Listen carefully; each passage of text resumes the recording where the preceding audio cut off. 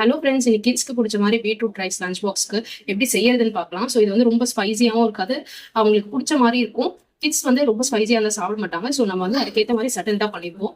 And இது வந்து ரொம்ப ஹெல்த்தியான ரெசிபி கூட. ஸோ இது ரொம்ப சிம்பிள், குவிக்காக முடிஞ்சிடும். ஸோ இது எப்படி பண்ணுறதுன்னு பார்க்கலாம் வாங்க. பொருள் என்னன்னு பார்த்துலாம். நான் வந்து ஒரு சின்ன சைஸ் வெங்காயம் வந்து நல்லா பொடிசா கட் பண்ணி வச்சுக்கேன். ஒரு கொஞ்சமாக கருவேப்பிலை எடுத்துருக்கேன். ஒரு 5-6 பல்லு பூண்டை வந்து எடுத்து நல்லா பொடிசா கட் பண்ணியிருக்கேன்.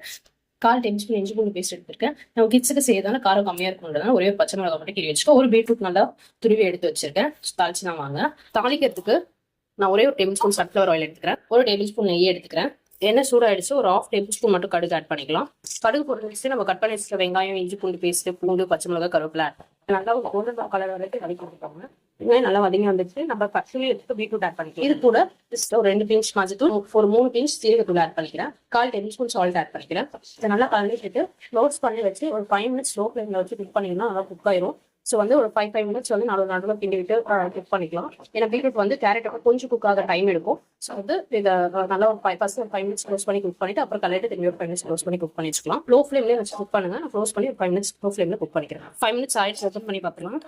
பீட்ரூட் நல்லா குக் ஆகி வந்துருச்சு. இன்னொரு 15 மினிட்ஸ் மட்டும் லோ ஃப்ளேம்ல வச்சு குக் பண்ணிக்கோங்க. உங்களுக்கு ரொம்ப அடி பிடிக்கிற மாதிரி இருந்தால் வந்து நீங்க லைட்டா தண்ணி மட்டும் தெளிச்சு விட்டுக்கோங்க, அடி பிடிக்காது.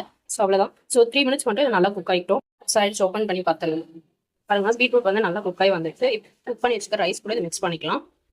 பாருங்க, இன்னைக்கு நம்ம நார்மலா வீட்டில் செய்யற பொன்னி புழுங்கல் அரிசி தான் நல்லா குக் பண்ணி எடுத்து வச்சிருக்கேன். பேன் காத்துல அரைச்சிட்டு. ஸோ இதை வந்து நம்ம பீட்ரூட் கூட மிக்ஸ் பண்ணிக்கலாம்.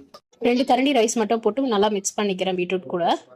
பாருங்க, நான் வந்து பீட்ரூட்லயும் வந்து உப்பு போட்டிருக்கேன். அதே மாதிரி ரைஸ் குக் பண்ணும்போது கொஞ்சம் உப்பு போட்டிருக்கேன். ஸோ உப்பு எல்லாமே கரெக்டா இருக்கும். நீங்க உப்பு லைட்டா பத்தாத மாதிரி இருந்துச்சுன்னா நீங்க லைட்டா சால்ட் போட்டு ஆட் பண்ணிக்கோங்க.